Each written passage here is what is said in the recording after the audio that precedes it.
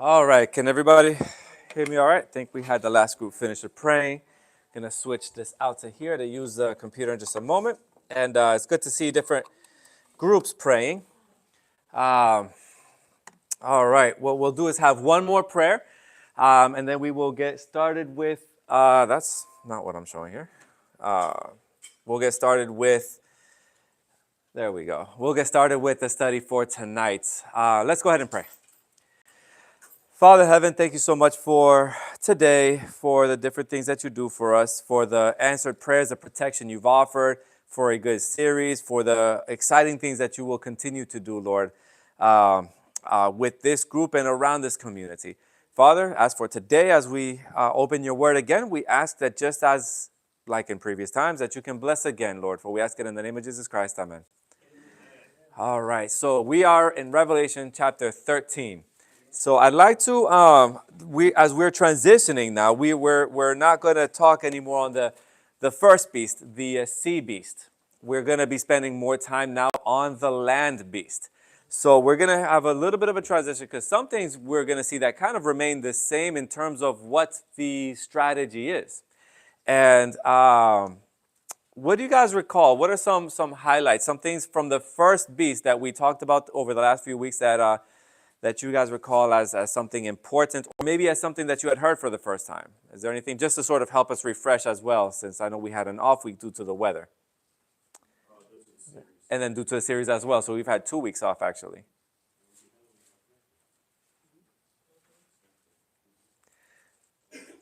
All right, if not, I got some, yeah, yes. I guess it's he got power from somebody else. Somebody else gave it power, That's right, yes, that is an important detail. and then it came from a multitude of things. Multitude came out of the multitude of people. Okay, because it rises out of the sea, you're saying. Okay, yes, yes. Came out of a country that was really formed, you could say. Yes, and we know this as it's, I believe it's chapter 17, verse 15, that you are referring to. Let me see a few more pages here, where it says, "And he said to me, the waters which you saw where the harlot sits are peoples and crowds and nations and tongues." In the Legacy Standard Bible, I know that others will have slightly variation for the terms, but a crowded place, a populated place, right? So yeah, no, that is important as well. That is a big clue, very important. So thanks for sharing, Andrew, as well. Any other, before we move over, any other or questions about the first beast or highlights, things that they remember?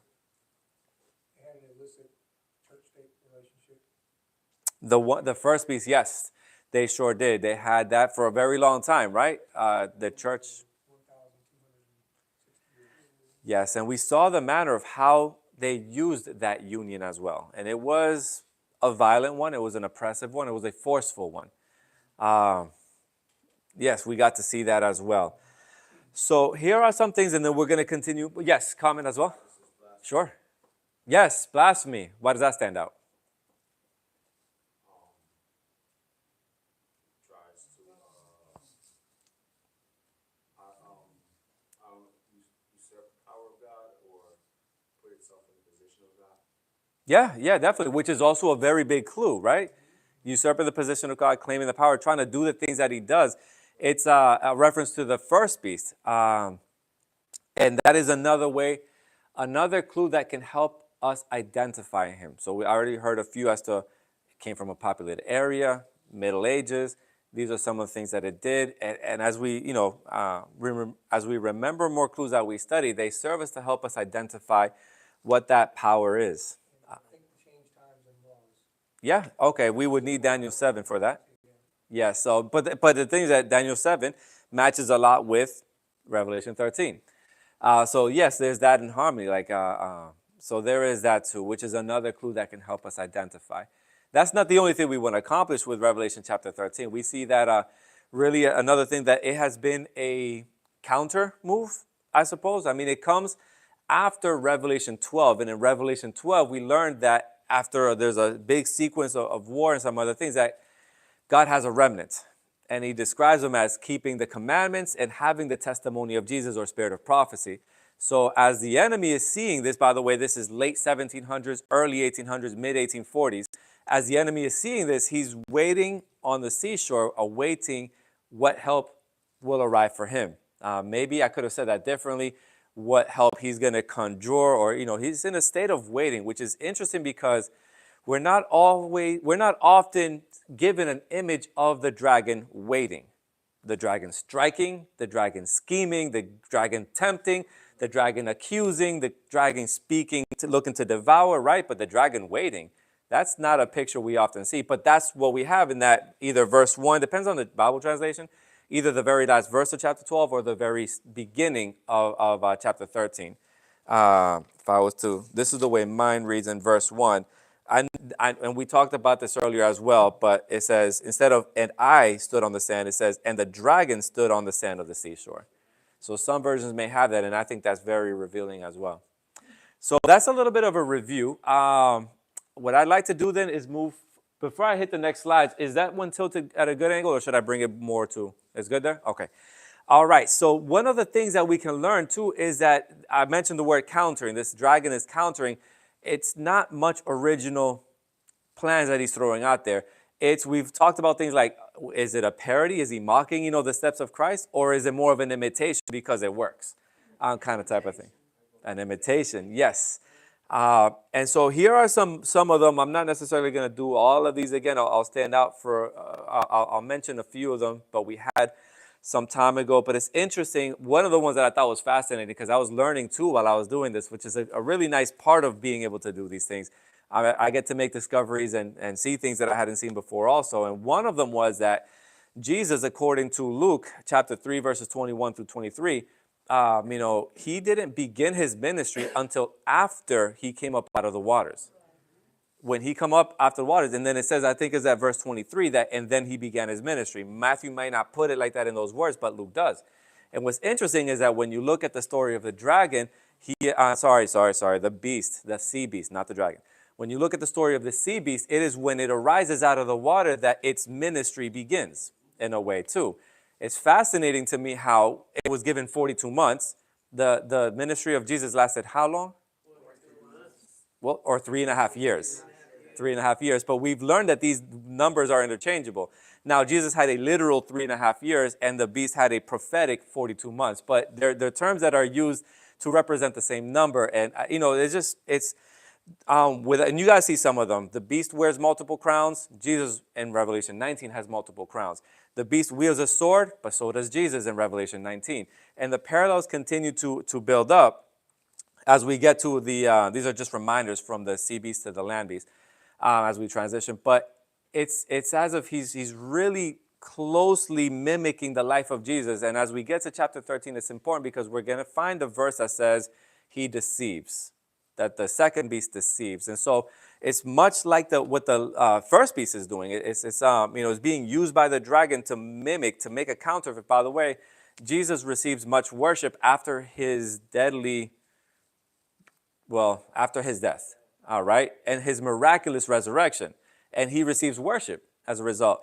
The first beast receives a deadly wound and receives much praise and worship when the deadly wound is healed. And the Greek word was phazo, which is really the same word that was used for the lamb in Revelation 5, symbolizing Jesus, and this dragon. They were both, which means killed with violence. It's the same Greek term applied to both. And so I'm just, I was amazed at how closely these stories are resembling one another. And then we came to the conclusion that well, some might wonder, how is it that Satan is going to deceive so many people, even people who are familiar with the Bible? Well, we were starting to see, and this is just some of them, that it's just going to sound so much like Christ. It's just going to sound so much like him. That even people that study the Bible, there's the potential to be misled. It's not that it'll happen, but it's a very real possibility. And then we also talked about how important that relationship is with God. It's not, serving the God of my fathers, but is he your God as well? How much time are we spending, right? Because that's for application as well. And this dragon, he knows what he's doing. But so can we. Yes.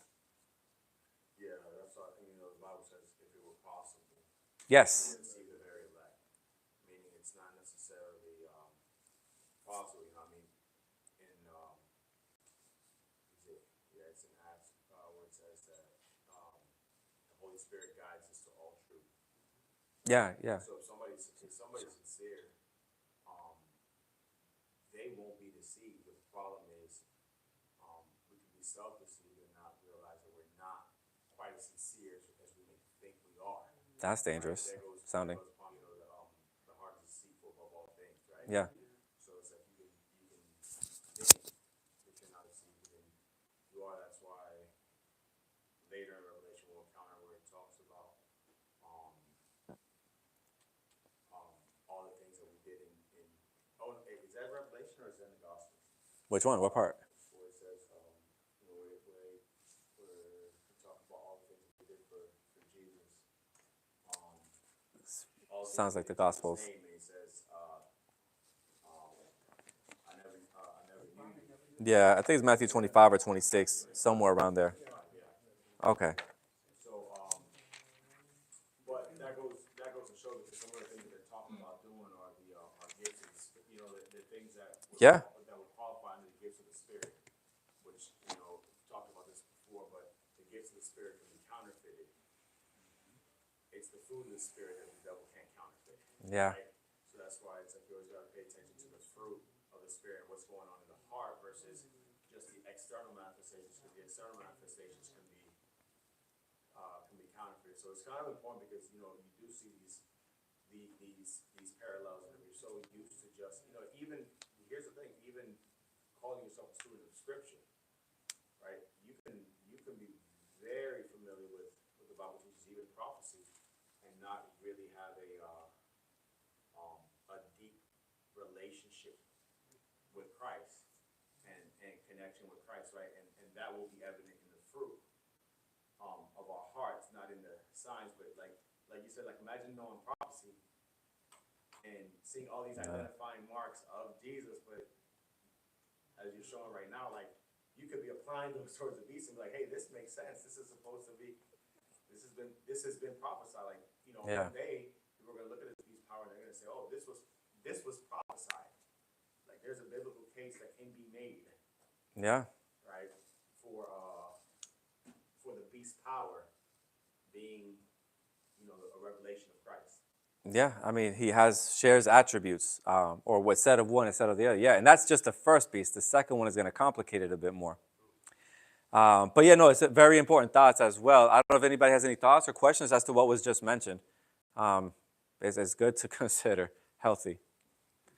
We'll move forward then. I'll just back and forth between these two parallels in case there are some people that were not here the last time that are here today seeing this for the first time. So just an opportunity to see that. But I'd like to, with that, then talk more about this guy.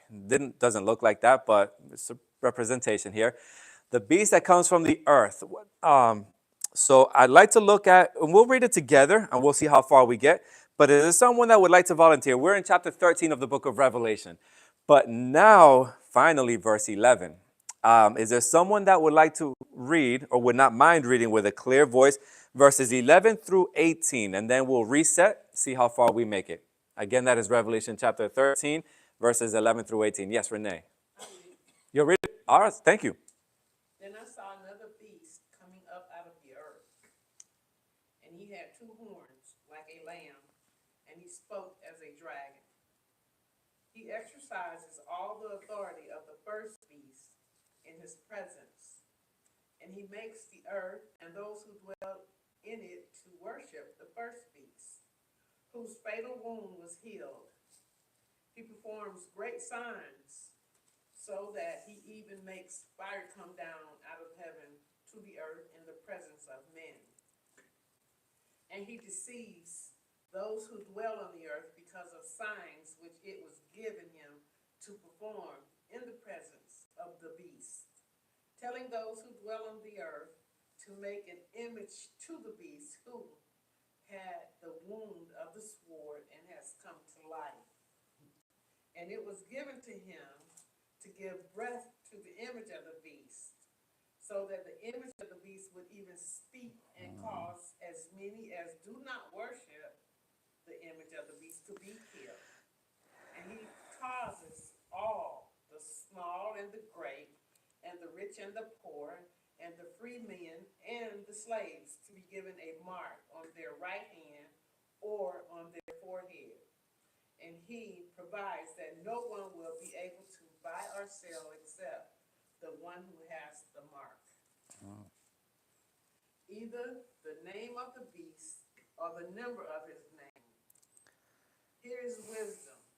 Let him who has understanding calculate the number of the beast, for the number is that of a man, and his number is 666.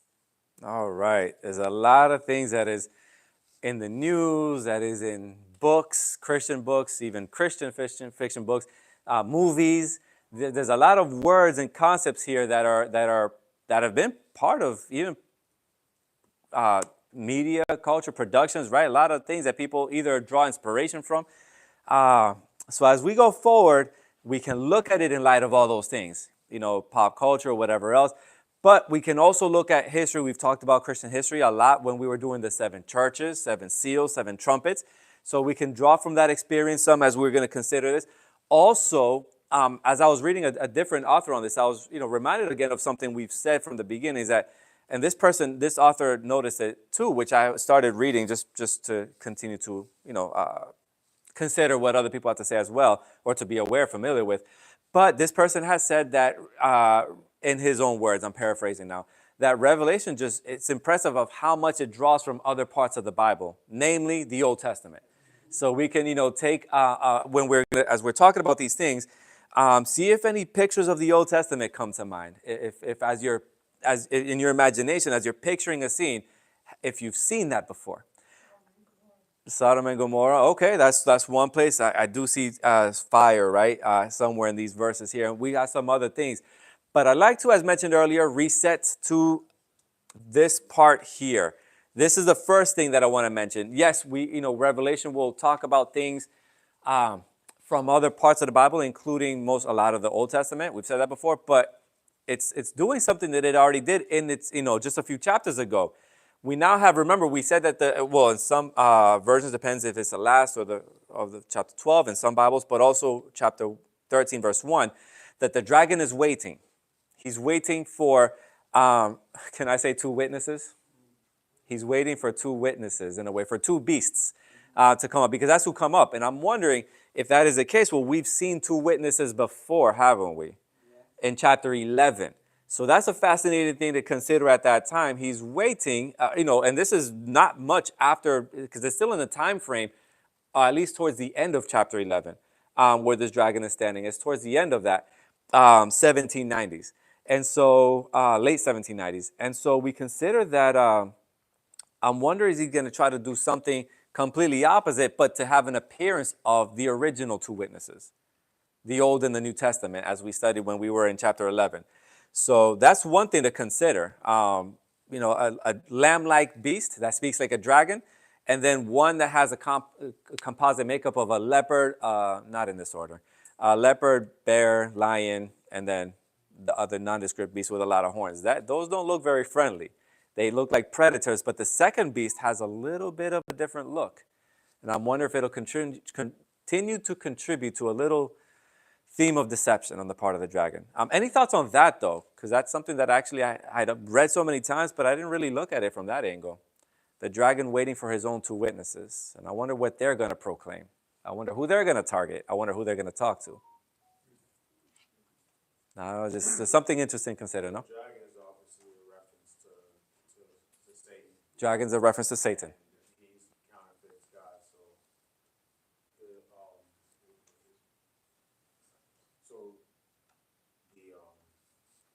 his 2 witnesses, the horns, is it obviously in chapter 11, a case was made for being the Old and the New Testament. Mm-hmm. Oh, you mean the witnesses? Okay. Yeah, but being that he's utilizing them Mm-hmm. for his purpose, it's not a counterfeit Old and New Testament. No, Rather no. a counterfeit application Yeah, Would it be, I can agree to that. And then we got comment here. Yeah, that's good though. would it be old Latin church versus new government? Okay, all right. We'll see. There's one thing I want to say. Thank you for that. Good, great. Something to contemplate. Great thoughts to explore. And then 1 and 2. And then there's one thing I want to say. Actually, maybe I'll say this, just interjecting. But in the Revelation 11, they were two witnesses, specifically called two witnesses. Here, they are specifically called two beasts. So it's just, I don't want to say they are. It's just, it's interesting that they rise up, and then he's going to count on them as his own. So. They're not called two witnesses, but it's interesting that they may, they're two players on his side. At the same time, they're doing his bidding by glorifying him. Okay, yeah, so that's an interesting point. At the same time, was that going to be your original comment or something you to that? Okay. And then The term witnesses, oh, sorry. Okay, go ahead. The term witnesses, you're pulling from Revelation chapter 11. yes, Refers to two witnesses, right? And that's when it was, and that's back when we're talking about the beast of the abyss. Yeah. right, that is, yeah. So, here, where is it? Give me the verse.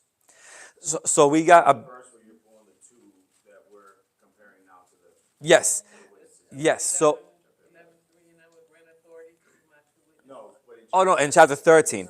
So, yeah, right. I just want So again, I want to specify that, to make that connection clear. yes. So in 11, yes, there's a two witnesses in this reference. There's a beast there, and the beast is not the two witnesses. It does something to them. In chapter 13, it's just two powers rising that'll give witness as well, that'll give an account, use their words. So chapter 13, verse 2, and then verse 11.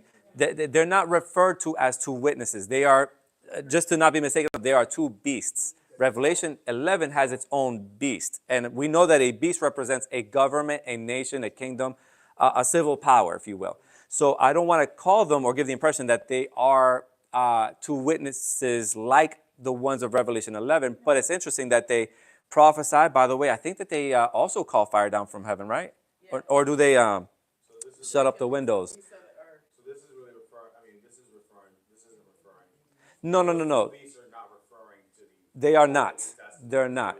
Probably should Yeah. make that very clear. Yes. These two beasts are referring to two Nations. powers, Right.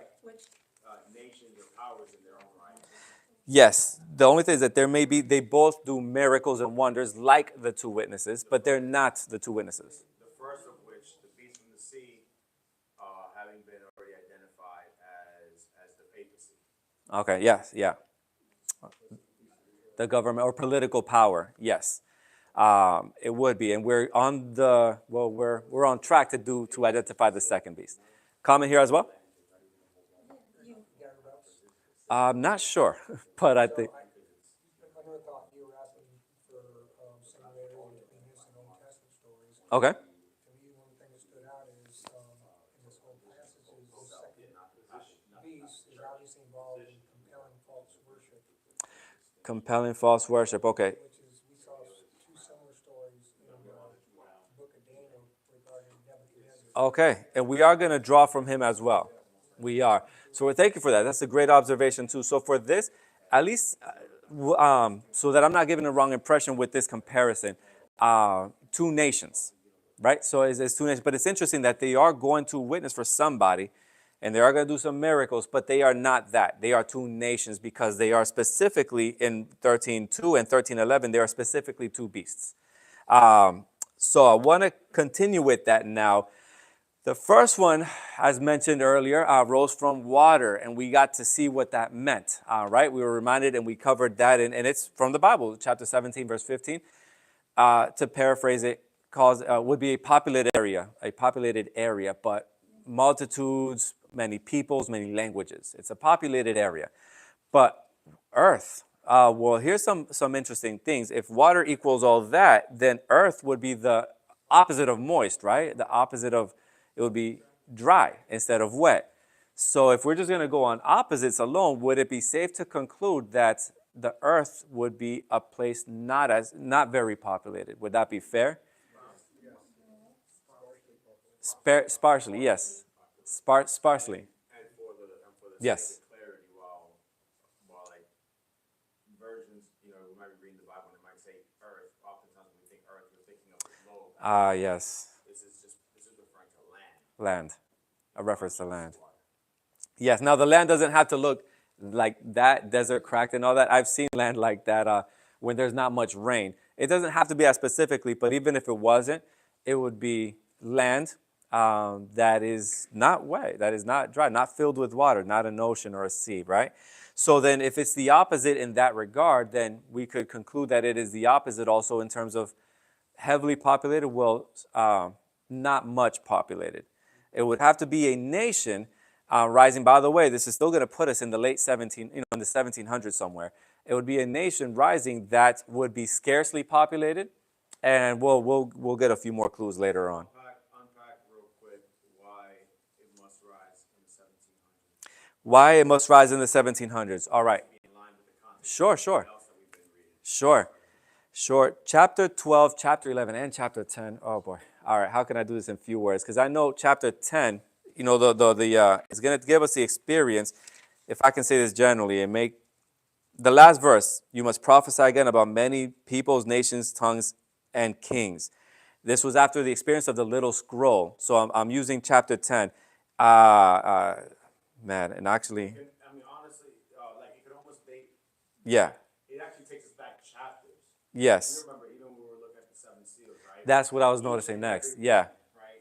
When I mean, and I know not everybody here was here when we were doing all that, but most of you were here. Yes, When many. Going through the seven seals, for example, they're hitting specific Yeah. time periods that lined up with all of the imagery in Revelation. Such Yeah, as the seven yeah. churches, right? They all Yes. have specific time periods, but then it started getting very specific it started getting very specific to the time period Near the, of the Reformation and the sixth seal, yeah.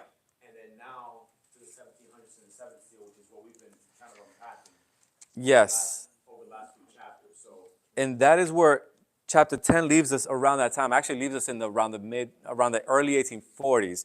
Chapter 11 with the two witnesses and the beast out of, that's we talked about the French Revolution, 1790s. So we're in that time frame in chapter 11. Chapter 12, well, that's about the time of Christ with the man-child to be born. So it resets again, kind of like the seven churches, seven trumpets, seven seals, not in that order. But, there's always a reset. Chapter 12 would be that reset because there's a woman, which is a church, pregnant with the man-child, that would be caught up to the throne of God, none other than Jesus. But it continues the wilderness of, the woman is given wings of an eagle in the wilderness for 1,260 years. And we've covered that many times as starting in the year 458, was it? BC. And then you plus, is it 458 or 438? Now, it ends 1798. And so it ends at 1798 with the 1,206 for, yes, the beginning point. 538, yes. BC, 538, and then it ends 1798. AD. And so we are at the end of 1798, and that's Revelation 12, and then we have a remnant that come after, or offspring, depending on your translation, or children. So that must be after 1798, which puts us in that time frame. Yes. So what I'm gonna do is next week I'm gonna bring a chart. Visuals are good. Because I realize you can just get these numbers thrown at you and it can make your head spin. But the thing about it is that this is why like so much emphasis was kind of placed when we were looking at when we started Revelation, when we're looking at the seven churches, and we're putting emphasis on when one starts, when one ends, when one starts, when one ends, trying to place it to a year, right? And trying to hold that image, and then when we got into the seven seals, trying to compare it, trying to compare every seal, the first, second, Matching. third, the fourth, and match it to the seven churches at the beginning of Revelation and those time periods. Because for the last few chapters, we've been in mostly in this time frame, right? Yeah. So we're Last constantly week. dealing with between the 1500s to the 1700s, and this is very specific because once again, these identifying marks. A beast represents what?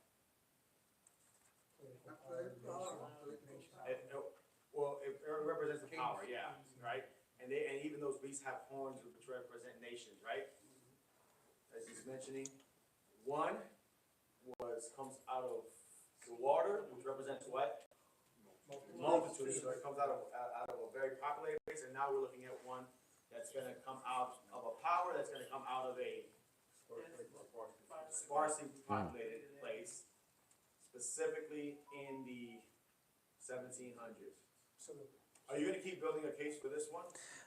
We're gonna the Earth. We're actually in a good week to cover this one. Oh yeah, no, I might have one more slide on Earth, and then there's a different part. About history. Yeah. Because if you know a little bit about history, this will start making sense right about now. You're talking about America. A nation that's Yeah, that not long ago was celebrated again. Yeah. 1700s, Yes. sparsely So- populated. Was America. And yesterday we celebrated A big yeah. something that happened in 1776. But sorry, go ahead. So there's that. Yeah, we're going to get a little bit more on this, but we're going to have other identifying marks as well. But yes, so there is, by the way, it's while one is crumbling, another one is rising as well. And the other one really, it lost its power, 1798. So the other one rising must be at that same time. So the transition from the second beast to the verse 10, if I could be more specific, still chapter 13, the transition from verse 10 to 11 makes a lot of sense that it must be 1790s somewhere, or late 1700s at least, if I could be a little bit more round. Yes? well, I was gonna say it because this is all occurring after the mortal Wound. Yes, that's another important thing. and the mortal wound we know when you take French Revolution. 260 years is the 1700s. So Yes. that's how you trace all this happening in 1700s. Yeah. is after the mortal wound was inflicted That's true. and before it was healed. Yeah. That's actually the detail that really kind of starts to It's a smooth, yeah. zero it in on a particular time period. Yeah. There's not, like, you can take this to whatever the other 50, 60 churches that we have in this area and break down and go to that verse. And I don't think, and this isn't any kind of arrogance. It's just, I don't think there would be any kind of explanation for what that means. Because that starts to get very specific. Yeah. Yeah, it does. And we understand it to be, and it's consistent with everything we've been studying, we understand it to be the French Revolution. It starts to get very specific about the time period. Yeah. And it has been helpful for those either watching online or will see this after online, or those, present. It has been helpful, in my opinion, that we've covered previous chapters leading to this point.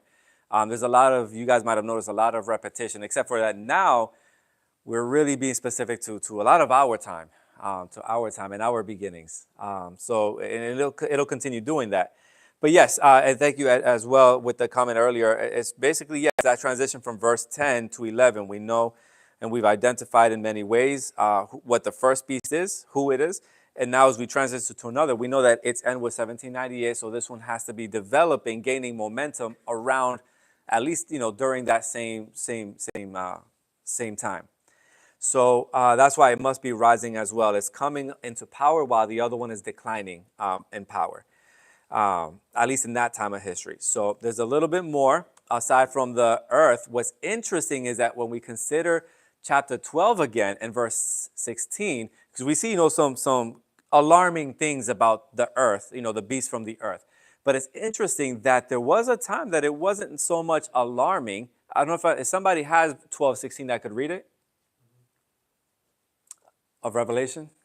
But the earth helped the woman, and the earth opened its mouth and drank up the river which the dragon poured out of his mouth. So it's interesting that there was a time that, that this earth, this land, if I will, this nation, as it refers to the earth, that it was helping the church, and it was helping it, from something that the dragon itself had sent. So that's fascinating too. And I could wonder if you guys remember, we're considering history too, did that ever happen in history? Does that sound like something that's ever happened in any history? In the dark, okay, sometime after the Dark Ages, yes. No, Or- after the Dark Ages. Yeah, That's literally our story, right? yes. That's literally the story of why we. Right. Well, I mean, They were fleeing. we Yeah, the first migrated to the United States. to escape religious persecutions, no? And so, yes, a comment. Or you just, I was, Either or, maybe two. We'll go. No, I was gonna say, it also makes reference throughout the bat, it started out as having two horns like a lamb, which the lamb. Yeah, had yeah. wings, and then it eventually got to the point where it was speaking like a dragon. Right. So Yeah. it resembles a lamb. At It first. resembles a lamb At first. until it opens its mouth. Speak like a dragon. Ah, It yes. resembles a lamb until it opens its mouth. So it has, so you would assume this nation would have to have at least the appearance of the offset Yeah. of being a Christian nation, which And it It had. has very serious implication because, Yes. just to be frank, that's where we have to be very mindful of, like we were just praying, and there's zero doubt that we live in a country with the greatest freedoms that were established Yeah. Yes. in chapter 12, verse 16, Yeah. right? Yeah. Escaping persecution, and at the same time, that's why you have to be very mindful about not allowing, say, well, I gotta word this carefully, not allowing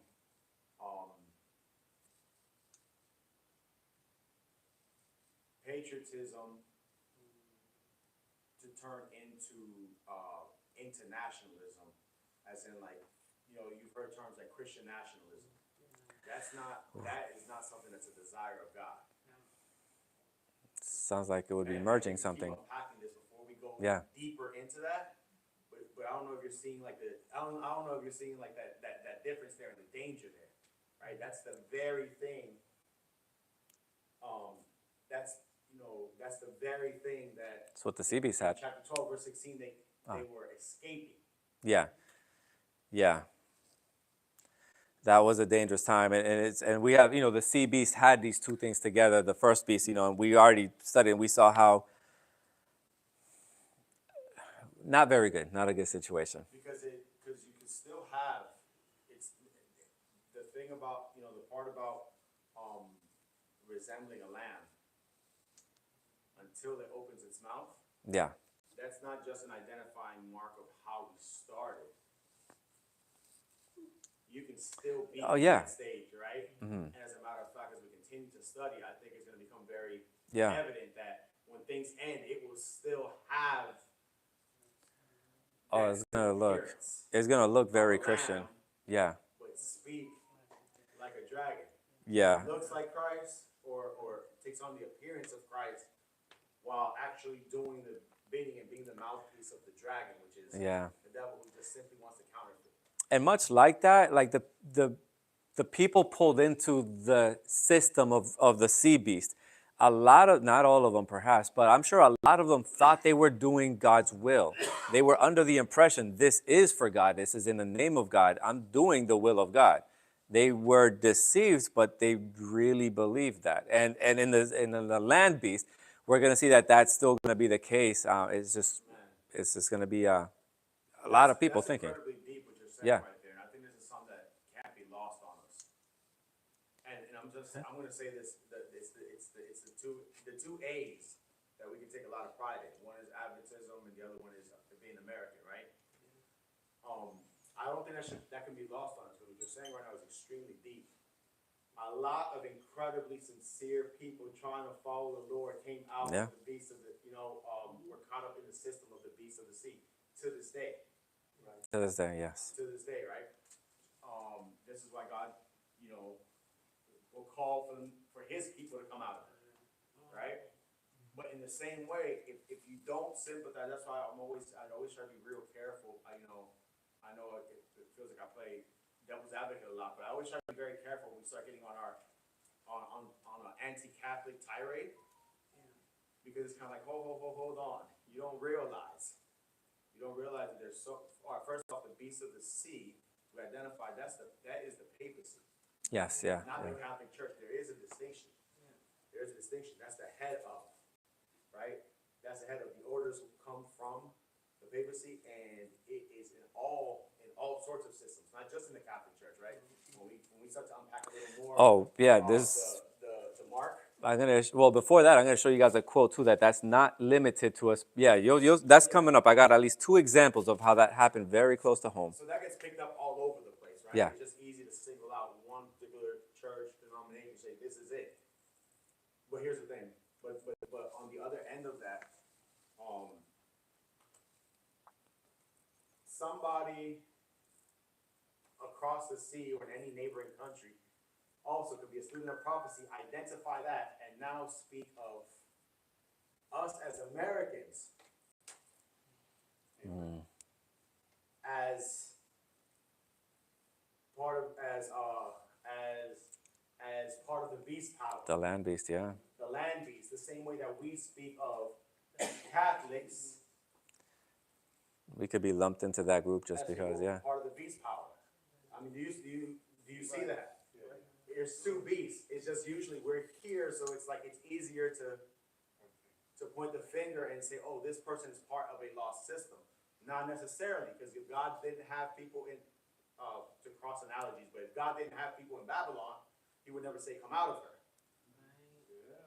And this is the deep thing about this, because we've been studying these empires now for like 2 years. We've been studying. It's been a while. We went Yeah. through Daniel deep and we went through Revelation deep. Here goes the part that becomes very deep. Babylon was the first of the empires, right? Right. Then who? Medo-Persia. Then who? Greece. Then who? Rome. Then who? It gets quiet. It gets quiet because it's hard to sit there and say that the next beast power is us. It's the United States of America. And, Yeah. and even saying it's like, yeah, it feels weird saying that.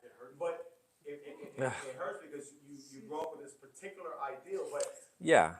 did everybody This- who grew up in Babylon this- not feel the same way? Did everybody who grew up in Greek, during the Greek Empire not feel the same way, or during the Roman Catholic? This is the thing about it, and I know it's hard to sit there and put yourself in that, but until you sit back and you look at it, because you gotta stop. You can't look at Roman Catholics. You can't look at people Babylonians as some kind of adversary on the other side of God's favor. Some of Because them were here's the saved. thing. If you go back to Babylon, you read the book of Daniel. Yeah.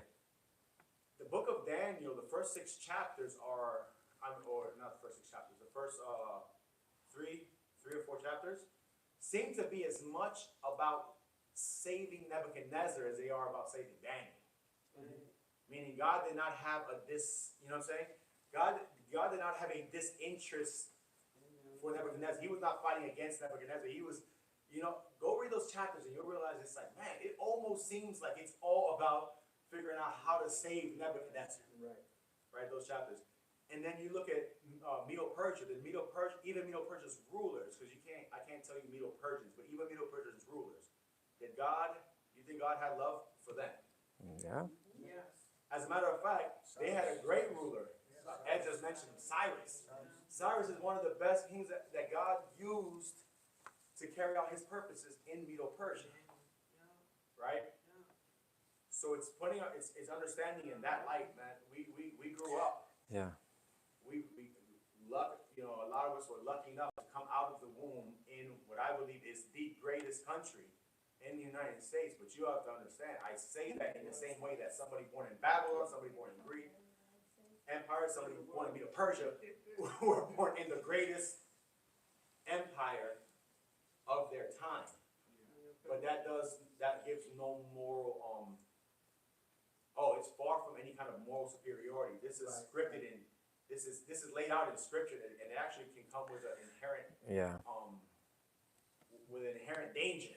I think if someone being born a Jew doesn't mean that you're. Yeah. If I tell you that, just because they're Yeah, born a Jew exactly. doesn't mean that you're. There you go. Yeah.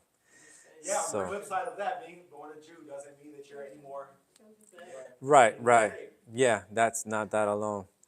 And there are things, this is one of the more positive things that, of the experiences, and it's a part of history. This is a good thing, but as we, read through one more time, we'll be, going verse by verse, it's not all good. There's a lot of things that we got to continue to pray about. I mean, it's sobering because it makes you Yeah. realize which is quickly becoming you look at the morality here, it's actually, it's just off the charts. Where we set the tone for the immorality pretty much throughout the world at this point. But you realize it's like, oh, this is why. This is Yeah. This is supposed to happen. I actually need to be more on alert than ever before. Just like Daniel and his friends growing up in Babylon had to be more on alert than had they just been in Jerusalem. Oh yeah, they have to be connected too. And so there's more I would have wanted to, but we know that a lamb looks like a lamb, a dragon is a dragon, two opposites. But when you get something that gets a little bit of both, it can start to throw people off. And I know they don't look like that. It's just some artistic interpretations there. But I wanted to show this because I think this is the next slide, and we might just leave this for some food for thought, especially for that speaking part. This nation around these late 1700 times, or around that time span, right? So this is Arnion. It's a Greek. It's Arnion. I'm not sure if I'm pronouncing it right, but the point of that word is that it is to identify a young lamb, a lamb. It's not a grown-up ram. It's more of that. And it would be a young lamb. As you guys can see on the screen, it's used 30 times. This is also the word that is used in chapter 13, however. So that's a little bit tricky. But the thing is that it has horns. And so a ram is what has horns. Well, you know what? I did a little bit. I didn't put anything on the slide here, but I did a little bit of, like, well, what are lambs? Rams a little bit more. And there's many different kinds, and some of them can sometimes, in some of the variants, only the males have horns. Sometimes both the males and the females have horns. Sometimes it's only the the adults that have horns. So, today we can see all sorts of specifications, but this particular one has horns, but yet it's still using the Greek word to imply young. So this power during the fall of the papacy would have to be young, a young country that would grow, sure, yes, but with two powers, two horns. And we saw that this would be kingly type of powers in previous studies when we were studying the beast and the dragon that each have 10 horns. So we have that. This is a comparison to Christ is what it is trying to do here. I want to get to, I might come back to that next week, but I wanted to get to, I'm going to skip back and I'll come back. I want to get to these things here. We got about 5 minutes left, and I'll come back. I'll reset for some of the slides I advanced to, but because of a comment that was made. It wasn't just the papacy that spoke a certain way. Notice what it says here in the American Gospel in New York. It's a Random House, pages 43 and 44. Those who failed to come to their services twice daily would first lose their food for the day. A second offense brought a whipping, and a third 6 months in the galleys. Yeah. To break the Sabbath, by the way, when they say the Sabbath, they're referring to Sunday. To break the Sabbath by any gaming, public or private, or to miss church on Sunday was on the third offense a capital crime. In short order, the first English settlement had become not an outpost of freedom or an inspired missionary base to the New World stage on which the Old World imposed its suffocating and abolitionist tactics, or absolutist tactics. Sorry, there's a character off here and there. But you guys, it's talk about the English settlers here on Sunday, and 3 levels, 3 waves, 3 layers of capital punishment, criminal activity, considered and punishment. Like, that's not the papacy that's doing these things. That's Protestantism. And there goes the challenge. See, there goes the challenge because it's already, you could be Protestant in name, but once again, it's not Roman Catholic Church. It is the beast power. The beast power is controlling, and its influence and its false day. Well, we'll get into that, but it's mark. You can travel through Catholicism. You can travel through Protestantism. But what happens is we romanticize history. They say the victor writes the history books, right? The victor writes the history book. So you don't, in times past, nobody writes their history with some of the flaws, right? No, they don't want to do that. Right? We romanticize it. This is I remember when this book came out long ago because John Meacham, he's a historian, but he was on the what program was it? He was on one of these morning shows. He's oftentimes on this show, Morning Joe. Morning Joe. He's oftentimes on there, but he's a historian. So I remember hearing about this book. That's pretty cool that you got a quote. Why? Because with all the information we have now, one of the big things that's going on now is revisionist history, where people are going back and digging up and saying, let's kind of sort through the romanticized version of the history that we have and really get to what was going on. And this is incredible that you're saying this, because this was hundreds of years ago, but this is what it's leading. I don't want to steal thunder, but this is where it's leading back to. This is where it's leading back to. Well, yeah, speaking of speaking, right? The dragon is speaking. Yes, thanks for sharing. We got two more. What? No. What? Good one, good one. No. It's- Also, during Yeah. that time, right around the time this book was written and stuff, or he came from that area, the church was also using their power to accuse people of witchcraft and stuff. because Oh, they yeah, didn't that's an like interesting them. time. They were Yeah. killers of relatives and stuff, so. Yeah. I They were very cruel. I have friends that were, and I visited. I didn't live too far from Salem once upon a time. So Yeah. this is a classic example of the church and state, because the church will not jail anyone. It will be the state that will do and carry out all the acts against Christians for the church. So the church is not going to come in and grab you and haul you to jail. They are the they are the ones Yeah. who will how do you put it? Their hands are glass, Yeah. but they will fulfill, the state will fulfill Yeah. all that the church Yeah. wants them to do. We're gonna see that more with the verses coming up. I'm sure you're So holding off on this verses, but because we're in we'll come back. Yeah, because I skipped a few slides to get to this. It's just because of a comment. So we're gonna. while we're in the neighborhood, I while we're in the neighborhood, can we look at verse 12? sure, and then Renee, and then we'll take these and we'll probably see what conversation and wrap. Directly to what we just read right Yeah. there. That's But church. believe it or not, when I was in school, that was actually in the history books.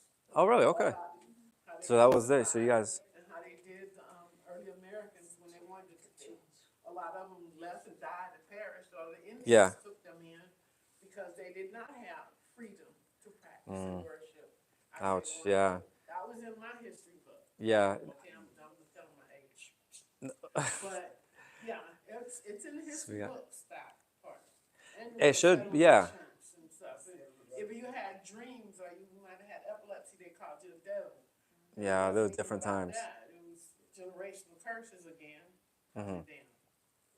Yeah. I'm just saying in general, when we tell a story in general, right? We tend to leave out, the ugly details. Yeah. Like, oh, I grew up here and I went here and this is my mom. You usually don't start delving into the things that were going on in the house. Well, no, you never want to say, oh, look at these dirty parts of our lives, or these are. Yeah. You always want to show the pretty parts of any Yeah. picture. The challenge is, the famous saying, if you don't know your history, you're doomed to repeat it. Yeah. Yeah. And this is like It's- prime example. But this also explains why, we look back at chapter 10, right? Yeah. Okay. So back Yeah. when we're in chapter 10. This also explains why there were individuals under the impression that that all of prophecy had been fulfilled. Well, yeah. It had happened in that Because time. you can see why, if this is happening, Yeah. like if what is coming, I know we're still Yeah. gonna unpack this more, but Yeah. if what is coming, had happened on a smaller scale, right? You can understand why people would think, hey, all of prophecy has been fulfilled already, and why you can kind of like expedite, the coming of Yeah. Christ, the fulfillment of all prophecy, if you see it on a smaller scale. But there's one verse, man. I'm sorry to jump to it. Yeah. No, I'm not gonna show any more slides because we're out of time. But I don't want to cut people off. So we have two other hands as well. I just want to But read yeah. verse 12 because you got Sure. that on the screen, and, Yeah. and Sister Juliet mentioned about the church and state. All right. But in verse 12, where it says he exercises, talking about the beast of the sea. Mhm. It says he exercises all the authority of the first beast, Yes. presence, which is the beast. Yeah. Of the earth. He exercises that authority, meaning he's not doing its own bidding. So when we're talking about this country, once again, it's there's two beasts. But it's not that the beasts are even equal. They're not equal, Yeah. and they're not actually parallel. The one beast being the country, the government, when the country winds up exercising the power of the other beast, which is the beast of the earth, the beast power that we talk about in the papers. Yeah. So it's doing its bidding. And we will talk more. Yeah. So definitely. Well, I know we had two hands still. I don't know if there's any comments on what was just said here though, because that could spark. I'm coming Same. to the same Okay. page. What Juliet said, that the government is gonna impose what the first beast, want to do. And it happened during the Inquisition. Yeah. 'Cause I think that was, Yeah. the government was the one that was executing that, but the church was the one behind. Right. Giving the. Executions, Yeah. and pushing the government to do that, and that can happen again. Yes, and we just had That a. happening here like it happened in Europe. It was all over Europe, But- Spain, England, Yeah, Spain was a big one. especially Spain. Yeah. But it's also so in conflict with like democracy, right? Because you think, oh, well, we're a democracy and we vote, and we like to believe that the person that we voted for is actually in power calling their own shots, and that's never. But really been the America case. is. So 1, 2, becoming 3, 4. Just Sorry, like. sorry, Two, three, George, sorry, four. George. So we got 4. Yeah, but no, that's a good comment. I just want to say that's a great observation, and it's certainly it's true, right? The observation is true, and it also comments on what was just mentioned here.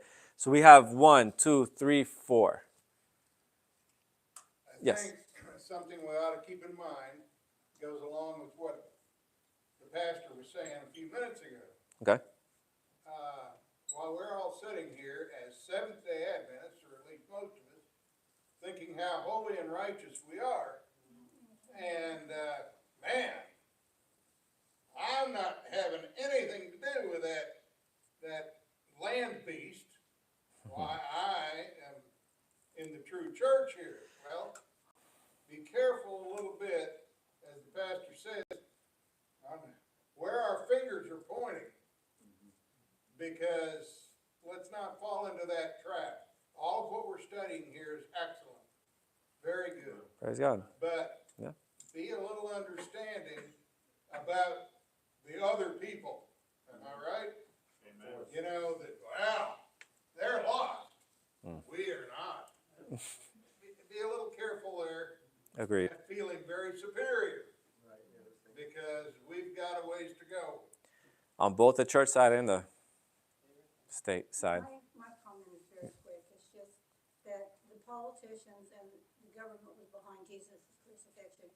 But Yes. only because the Christians pushed him and saying that he was a sinner and he was blaspheming Yeah. God and How about that? So it's the same scenario. Yeah. And as we were seeing. Actually, the Jews then, but the equivalent for us is the Christians. Yeah, right. Right. And then behind it all was the dragon still. And we saw that in chapter 12 not too long ago. So yeah, no, it's just same formula, repeating. I don't know if, I know those. Saying that, you know, you mentioned that this lamb will speak like a dragon, and how is that translated? A country speaks through its laws. Yeah, and not sure. So, and gradually, laws will be changed, and we're told that this country will repudiate every law of the Constitution. Everything will be cancelled. And so, then we will see it speaking. I mean, well, we are seeing certain things being changed even now. Yeah. So, And it wouldn't be the first time here. So that's another thing too. That's why I got. changing things Yeah. that we have taken for granted for so long. Yeah. And, yes. So, and I did get, when I showed you that, I got quite a bit ahead of myself. And it's not the only quote I have like that, but right, it's already happened. And it's good to consider that because that mindset you just explained is very prevalent. And I mean, because it's hard. Like, how can this country ever do that? How can we undo some of the things that we stand for?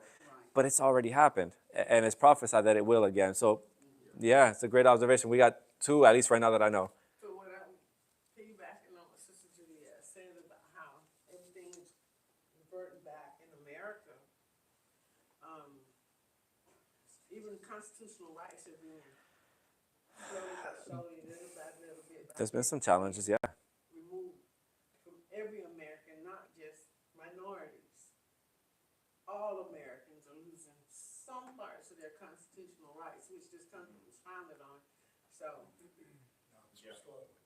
Yeah, there's been events that happen to challenge those and take them away. Yes. Yeah, because because if we actually lived according to our Constitution, like the fulfillment of prophecy wouldn't actually happen, Right. right? But it's the way that it's kind of like eroded and it's chipped away. And our dual system, I mean, it's good because there's checks and balances, but it's also bad because the pendulum swings. So when you're talking about lamb-like but speaks like a dragon, and Sister pointed out through the laws, right? Yeah. It's not so one-sided that it's like the government will do the bidding of a system, right? And a religious system. The government's gonna do its bidding, but it doesn't mean that every law is reflective of religious aspirations. No, every law is reflective of it speaks reflecting the dragon. It speaks like a dragon, meaning for good or for bad. So the same way the pendulum swings, there's immoral, horrible, wretched laws and things that are passed, right? But then on the flip side of that, so is the mandate, the mandate, the imposing of religious laws also are not good, because the second that the second you go too far, which we'll build on that in a couple of minutes, the second that you go too far, you wind up with an oppressive system. I mean, it could be either way, right? So when we get to like Revelation chapter 19, I'm actually gonna You want to do that one? yeah, if you don't mind, man. 'Cause I love doing that one. Sure. The king of the north and the king of the south, because it shows you the king of the north and the king of the south. It shows you that the dragon speaks on both sides of the aisle. Yeah. Right? The dragon speaks on both sides of the aisle. But he runs through the first beast, the beast of the sea, who uses the second beast, the beast of the earth, to impose for it. But it's just funny how out of the same mouth, you'll bring in the worst of both sides of the aisle. And that's why it's so dangerous for us to get locked in. Yeah. One spot or the other. Yeah, and at the same time too, I think that on that note, and was that a hand as well? No. Yeah. Okay. No. Okay. On that note too, I just want to say that these people, some of them, all right, I cannot speak for all. This is not a blanket statement that applies to all, but a lot of people that are going to be on that train, so to say something, they're really going to be under the impression that they're doing the right thing. Remember, there's a lot of deception and counterfeits that we haven't talked about yet that are coming into play in this chapter 13 with the second beast. So we'll continue talking about that. I want to reset though for next week. We're not doing this now, but I want to build off a little, because it's good to know that there's someone still on our side with all of these things coming up. So a little bit of the, not the counterfeit, but the original. And it's going to be important because the rest of the chapter 13 is gonna keep throwing us some counterfeits, and it will be widely believed. So I don't know if there's anything else. We're gonna reset, but we're gonna come right back. Next week is VBS. Yes. Okay. So about that. We will meet. The question is going to be where, because I'm going to find out if they're using the multi-purpose room. Yes. If they're not using this room, we can still meet here. They'll just be noticed. Okay. Right. And if we don't meet in this room, then we can meet in the front building. We'll just find the right spot in the front building. Yeah, we can find a way. Awesome. All right, then I think on this note, we'll pray. Those who want to continue having conversations, welcome to and all that. We're going to have a word of prayer and then at least close officially. Let's go ahead and pray.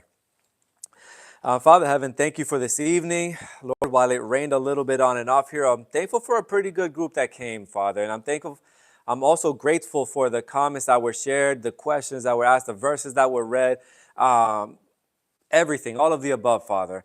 I'm thankful that there is a space and the freedom to have the space to have these discussions. Father, while we have this, help us continue to make the most of it and to, Lord, continue drawing close to the original, to you. Father, help us continue to keep our relationship with you a priority. And Father, to tactfully and wisely to share you as well, Father, in such a winsome way that others can also come to know your truth and avoid the dangers that are up ahead, Lord. These things we pray in the name of Jesus Christ. Amen. right. Before everyone leave, just one announcement, though, Sabbath lunch, bring fruits. I was told to pass on that message to all by Keisha. Bring fruits. Please bring some fruits for the lunch. All right. For those listening online, bring fruits. Yes, those coming. All right. God bless everyone.